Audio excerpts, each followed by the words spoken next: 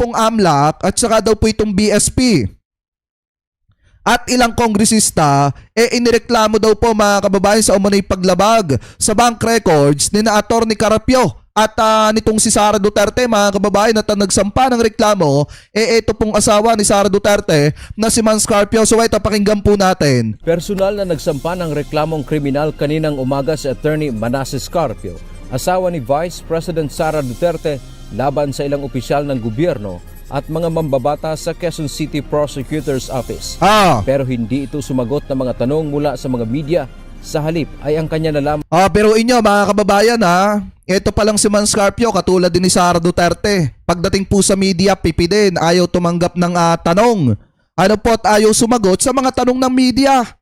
Ang problema kasi dito mga kababayan, kung ikaw naman talaga alam mo sa sarili mo na wala kang kasalanan, lalo na at isa sa pinaka-highlight na expose mga kababayan doon sa naganap na hearing yung sinabi ni former Senator Antonio Trillanes o bakit hindi nila isinama sa demanda. Ito pong si former Senator Antonio Trillanes hinahamon nga sila ni former Senator Antonio Trillanes nakasuhan.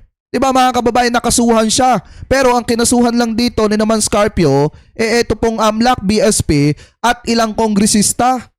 Ibig sabihin, natatakot sila nakasuhan etong si former Antonio Trillanes dahil nga baka mamaya pag kinasuhan nila magkaroon mga kababayan ng pagkakataon si former Senator Antonio Trillanes na silipin po lahat ng itinatago nila. Di po ba? Anyway, tuloy pa natin. Mga abogado. Ang mga inireklamo ay sina Bangko Sentral ng Pilipinas o BSP Governor Eli Remolona Jr., Anti-Money Laundering Council o AMLAC Executive Director Ronel Buenaventura at mga miyembro ng House Committee on Justice na sina Jervil Luistro, Percival Sindanya, Chel Jokno at Laila de Lima. Inakusahan ang mga ito ng paglabag sa Anti-Money Laundering Act o AMLA, Republic Act No. 1405 o ang Bank Secrecy Law at Republic Act No. 10173 o Data Privacy Act. Ang Section 8A po ay malinaw. Nasabi ron, the AMLAC and its secretariat shall not in any way disclose any information in any manner. So anong ibig sabihin ng in any manner? Sa kahit na anong pamaraan, hindi pwedeng maglabas ng informasyon ang AMLAC. Wala talagang takot kayo. Takot yung kliyente mo, attorney. Takot yung kliyente mo kasi nabuking Di ba tinamaan? Nabuking mga kababayan yung 6 billion mahigit. Di ba na transaksyon? Gaano katindi nun? Pinalalabas sa publiko, mahirap lang. Simple ang pamumuhay. Pero kita nyo, bilyonarya pala. Hindi nila matanggap na nabuking yung itinatago nilang sekreto sa mamamayang Pilipino at mas lalong hindi nila matanggap yung transaksyon na binanggit ni former Senator Antonio Trillanes na tumanggap sila ng pera galing po sa sindikato. Ano po? Anyway, tuloy pa natin. Batay sa reklamo, nagkontsabahan ang mga naturang opisyal upang iligal na ilabas at ihayag ang transaction reports ng iba't ibang bangko kaugnay ng bank records nilang mag-asawa na protektado ng batas. Kabilang sa mga impormasyon na inilabas partikular sa pagdinig ng House Committee on Justice noong April 22 ay ang mga transaksyon sa deposits, withdrawal at bank balances. Para sa kampo ni Atty. Carpio, ang mga kongresista ang may pakana ng paglabag. Sila po yung nag-udyok na ilabas. Di ba sila yung nag-motion, sila yung nag-second demotion, at pinirmahan yung sabpina. At dahil dun sa pinirmahan ng sabpina, nilabas naman ng AMLAC. So yun po yung kaso namin. Nilinaw din ni Atty. Carpio na wala silang pahintulot sa AMLAC at sa mga opisyal o staff nito na ilabas ang kanilang bank transactions. Hindi, di ba isinabpi na yun mga kababayan? Ipinasabpi na kasi yun ng Committee on Justice. Diba? Ipinasabpi na yon kaya inailabas publicly at nalaman ng taong bayan. Kung wala ka naman talagang itinatago, bakit ka matatakot? Ang problema kasi mga kababayan, may itinatago kasi kaya nung nabuking sa publiko, biglang nagdemanda. Ito ay ginamit umano bilang tool para sa black propaganda at political harassment upang sirain ang reputasyon ni VP Sara at ng buong pamilya Duterte, lalo na para sa darating na 2028 national elections. Binigyang diin niya na ang... At saka ito, tanong ko sa inyo mga kababayan, sa tingin nyo ba kung lumabas na totoo yung sinasabi ni Sara Duterte, nasira ba yung kanyang reputasyon? Di ba hindi? Kung lumabas na totoo yung sinasabi ni Sara Duterte at ng pamilyang Duterte na simple at normal yung pamumuhay nila. Kaya lang naman nasira yung imahe ni Sara Duterte kasi nga mga kababayan, lumabas publicly na eto pong si Sara Duterte hindi pala simple yung pamumuhay. Eto po pala, bilyonarya. At ang isa pa dito, kaya nasira ang imahe ni Sara Duterte, tandaan nyo mga kababayan, hindi tugma yung yaman po niya doon sa idiniklara niya sa kanyang salin. AMLA ay ginagawang sandata o weaponized sa kabila ng pagiging illegal nito. Dagdag pa ng abogado ni Carpio ang pagbabawal ng paglalabas ng impormasyon hinggil sa bank records sa ilalim ng Section 8A ng AMLA ay absolute at walang exception. Walang consent. In fact, sumulat pa nga kami sa AMLAC April 16 bago maglabas ng subpoena na sinasabi namin, AMLAC, bawal yan ang sinasabing palabas ka ng impormasyon. Nagbabala rin si Atty. Carpio na kung hahayaan ang ganitong gawain, walang financial data ng sino man ang ligtas sa ilalim ng kasalukuyang sistema. Sabi ng BSP, wala. O ano ba magandang aral dito na dapat ipaintindi sa mga kababayang Pilipino po natin? Maging totoo ka lang. 'Di ba? Maging totoo ka lang. At wala kang ikakatakot sa huli. Ang problema kasi mga kababayan, umpisa pa lang nagsisinungaling na sila kaya ang ending, nabisto po sila sa huli. Nabuking sila sa kanilang kasinungalingan. Diba kunyari kumakain-kain sa karinderya, yung turo-turo mga kababayan, pinalalabas na mahirap lang at simple lang ang pamumuhay. Wala daw idinagdag ni isang piraso ng haligi ng tahanan. Pero sa likod pala nun, bilyon-bilyon pala ang ari-arian. Diba? Bilyon-bilyon pala ang pera sa bank account. Wala pa silang natanggap na kopya ng reklamo at sasagutin nila ito sa tamang forum. Binigyang diin ng BSP na ginagampanan nila ang kanilang mandato alinsunod sa batas. Tama! Amento UNTV, News and Rescue. Diyos ang aming sandigan, serbisyo publiko ang aming pinahahalagahan. Tsaka mga kababayan, mapapaisip kayo nasan ba yun? Mapapaisip kayo ang dami kasi nilang pinagkakasuhan, pero bakit hindi nila makasuhan si former Senator Antonio Trillanes? 'Di ba? Ilang beses nang naghamon si former Senator Trillanes sa mga Duterte na kasuhan siya. 'Di ba mismong hinamon niya nga si hinamon niya si Basti Duterte. Ano ba yung sabi ni former Senator Antonio Trillanes mga kababayan dito po kay Kinabaste? Di kung kasuhan ninyo ako. Hinahamon ko kayo, kasuhan niyo ako. Pero 'di ba iniba ni Basti Duterte yung sagot niya at gusto niya anuhan na lang sila. Alam niyo na yun mga kababayan. Kaya nga sa totoo lang, ang problema kasi dito kay sa mga Duterte, tapang-tapangan nung una, duwag naman pala pagdating sa pananagutan. So ngayon ito, pakinggan po natin ang sagot ni Congressman Sindanya kasi kasama po siya sa kinasuhan ni Mans Carpio mga kababayan. Pakitama na lamang po ko kung ako po ay mali. Ito, play na po natin. Nabubuko o nasusukol naman ng mga Duterte, di ba? Kapag sila ay nahuhuli, nabubuko o nasusukol, Tama. tatakbo sa korte. May free will naman at maraming pera ang mga Duterte. Tsaka isipin nyo mga kababayan, inabuso nila ang batas, tapos ngayon patuloy pa rin nilang inaabuso. Sa batas sila na sa batas tumatakbo. Para mag-file ng sangkatutak na kaso.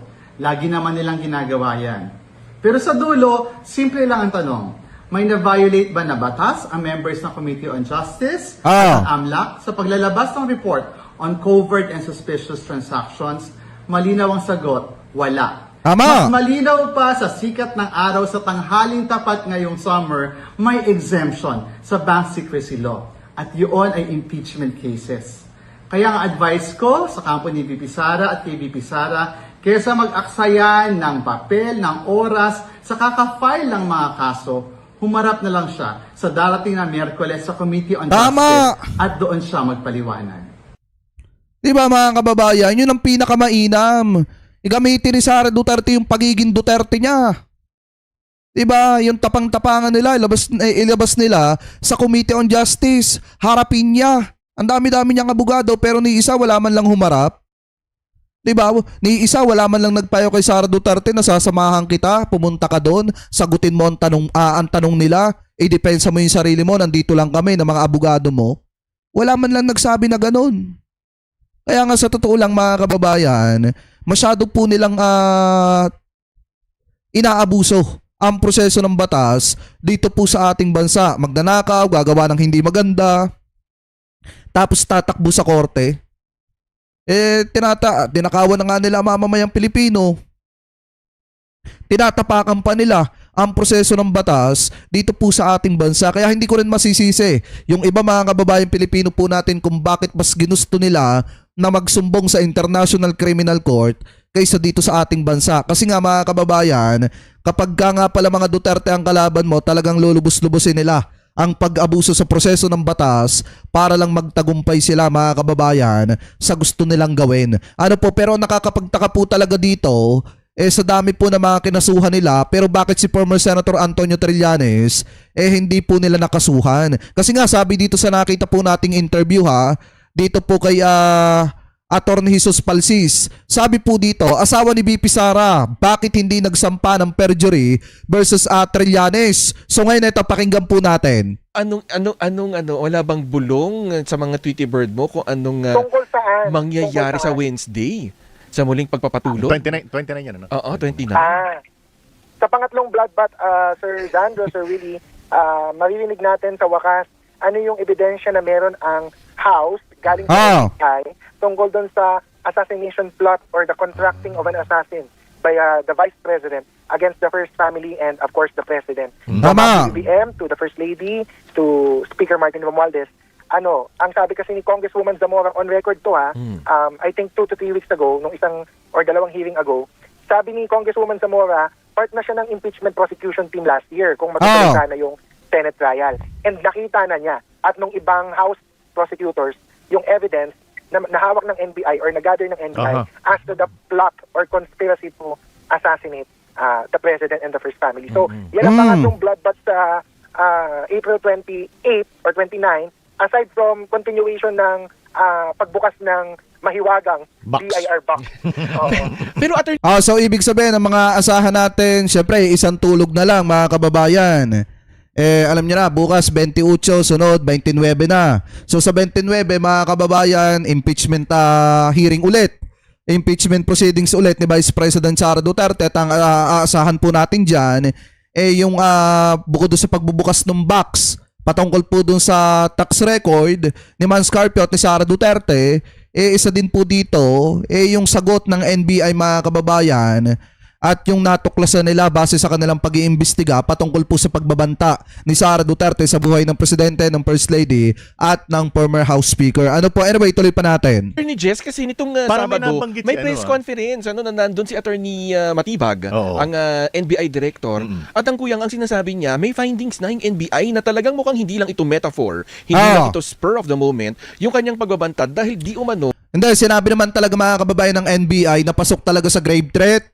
Pasok din mga kababayan sa sedisyon yung sinabi po ni Vice President Sara Duterte, yung pagbabanta niya publicly.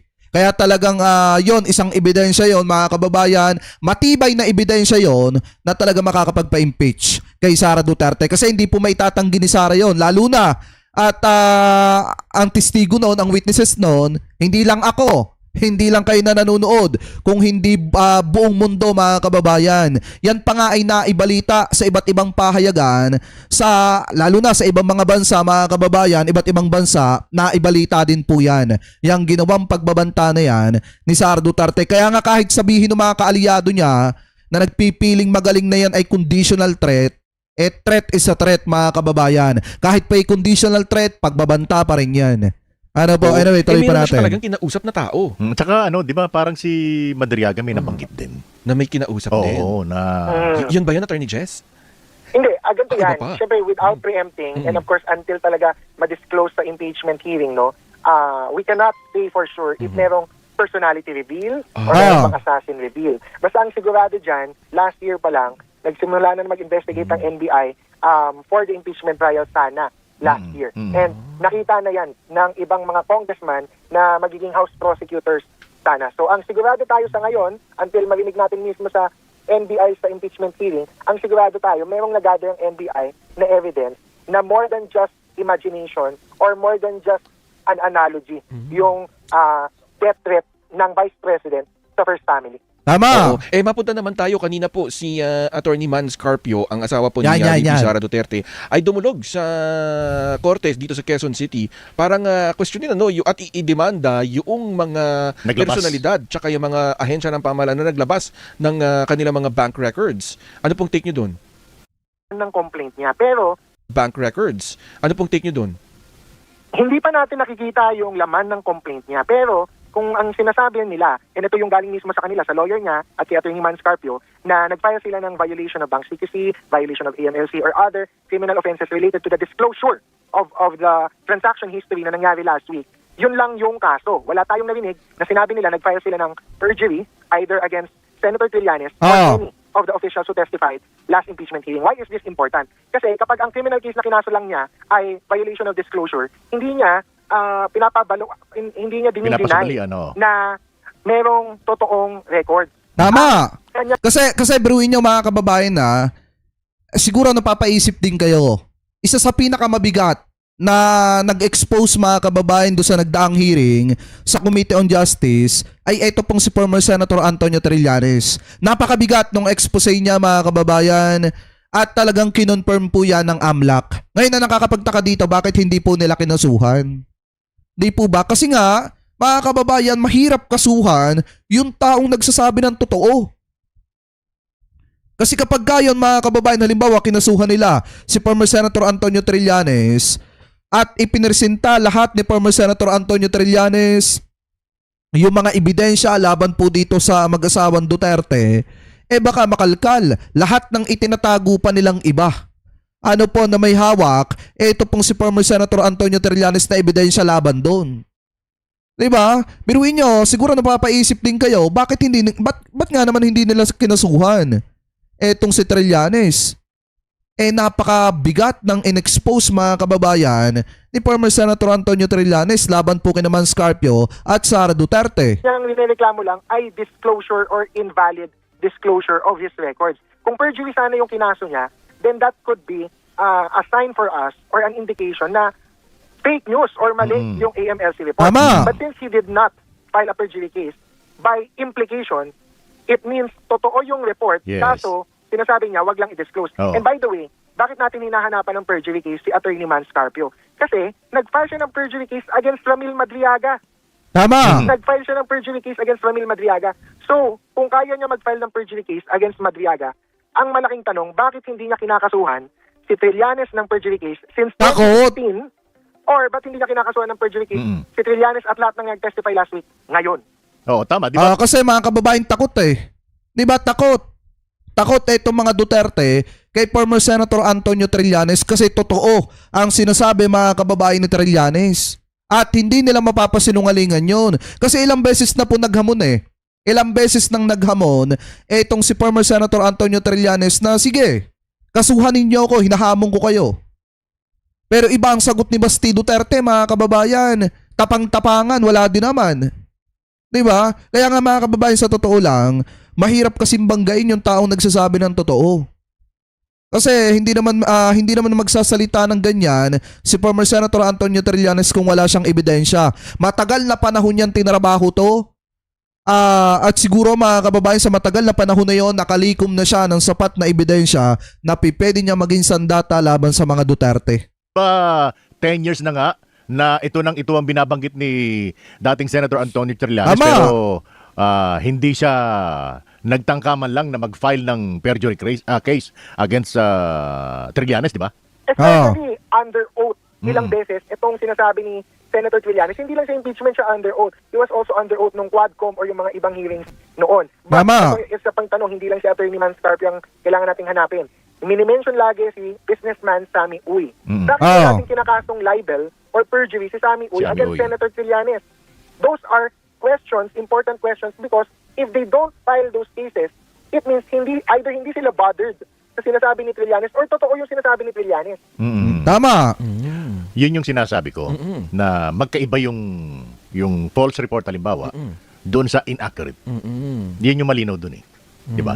Pag sinabi mong inaccurate, hindi lang tama yung pero meron. Versus walang Versus ganyan. Ang problema, doon sa binanggit ni former Senator Antonio Trillanes, tumutugma doon sa report ng AMLAC. Di po ba? Tumutugma, tinugma pati yung araw, yung date ng transaksyon. Saktong-sakto mga kababayan. Kaya nga mahirap pong pasinungalingan yan. Totally wala. Tama, Attorney Jess. Diba, no? Attorney Jess? Ang sabi kasi ni Attorney Michael Powa dyan is not saying the reports are false, only inaccurate. Oh, So sige. anong kabaliktaran ng not false? He means the reports are true. Now what does it mean when you say inaccurate? Ang inaccurate, you can just be mistaken May mali by a lang. few numbers. May meaning mali lang doon sa numero. approximate. Oo.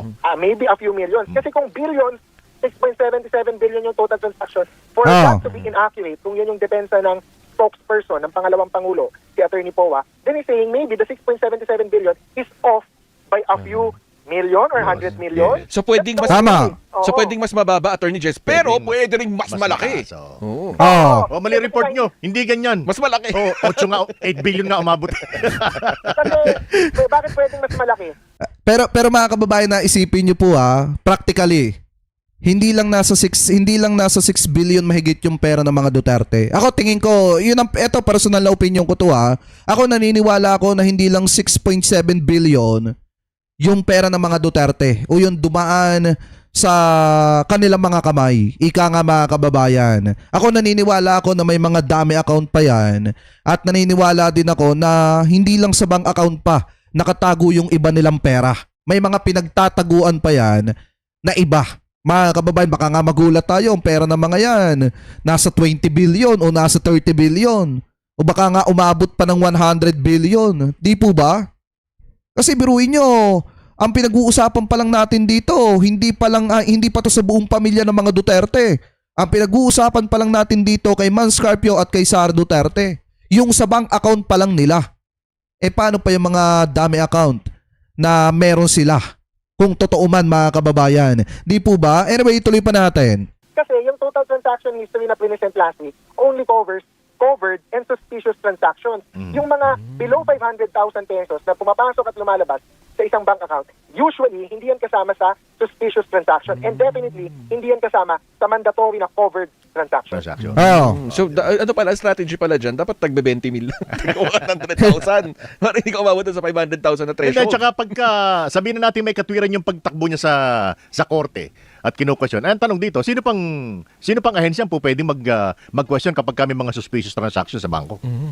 Tsaka, ang ano naman po, ang hindi kasi nakikita ng mga lawyers ng mga pro Duterte or ng mga DDS na ang naisiwalat last week were not bank records. They were not bank deposits, although they were related or adjacent to bank deposits. O, Ah. nakatago nga yung ano di ba? Nakatago naman yung tawag dito, yung Account name, tsaka account number, di nga account natin numbers, nakita di ba? eh. Nakalagay Tama. lang petsa, tsaka yung amount. Yung account number mismo at yung nilalaman ng bank account na yon, yung deposit, walang siniwalat doon. Pinag-usapan lang yung paglabas at pagpasok ng pera. Ano po, yun lang yung pinag-usapan mga kababayan no nakaraang hearing. Hindi po yung mismong bank account ng mga Duterte. Ang pinag-uusapan pa lang yung paglabas at pagpasok ng pera mga kababayan. Kaya ako para sa akin hindi po nakabiolate ang AMLAC doon po sa isinampang kaso ni Mans Carpio mga kababayan. Tingin ko mababasura lang yan. In my personal opinion. Ano po, anyway, tuloy pa natin. Ang siniwalat is yung sinasabi din ng mga lawyers ni VP Sara is yung flow, which is yung transaction history. And those are not bank records. Those are AMLAC, AMLC reports. So different po yun sa bank deposits which is covered by bank secrecy. And even if covered siya ng bank secrecy, may exception nga. May bank exception secrecy law sa na impeachment in di ba? cases of Oh. impeachment. May exemption eh. Tama. Malinaw na Pwede. malinaw. Oo, So, malinaw. kahit paano mo pa yan pagbalik-balik ta rin, pasok yung pag-disclose. Pero abogado siya, di ba niya nakita yun? Hindi, syempre, alam niyo naman sa abogado, sir, ano yan interpretation, meron yung sariling interpretation. Oo. Titignan natin, abangan natin kung ano yung magiging desisyon ng korte dito sa Quezon City. Yan. Diba mga kababayan, napakaliwanag. Tsaka isang palaisipan talaga dito bakit hindi nila kayang kasuhan si former Senator Antonio Trillanes. Siguro natatakot talaga sila mga kababayan kay Trillanes kasi nga baka mamaya pag kinasuhan nila, saglit na maliit lang yung problema nila, lalo pang lumaki. Ano po, kasi mga kababayan, lalabas lahat dyan kapag halimbawa mga kababayan, kinasuhan nila, eto pong si Trillanes kasi hindi naman papayag si Trillanes mga kababayan na siya po ay maiidiin sa kaso. Siyempre, lahat ng nalalaman niya lahat ng nakuha nilang ebidensya, ipipresenta niya yan. At automatic, mga kababayan, pag totoo, lahat ng ebidensya nakalap ni former Senator Antonio Trillanes, yung mga isinampang kaso ni Man Scarpio laban sa kanya, halimbawa, may babasura lang din yan. So, magkakaroon pa ng idea, mga kababayan Pilipino po natin, na talagang tama lahat ng sinasabi ni former Senator Antonio Trillanes. Kaya siguro, mga kababayan, natatakot sila nakasuhan yung mama. Ano po? Anyway, kayo mga kababayan, pero kung kayo po ang tatanungin, ano po masasabi ninyo hingil po dito sa usapin po na ito? Hingil po sa topic po na ito. Comment below na lamang po kung ano po ang comment at opinion po ninyo. Hingil po dyan.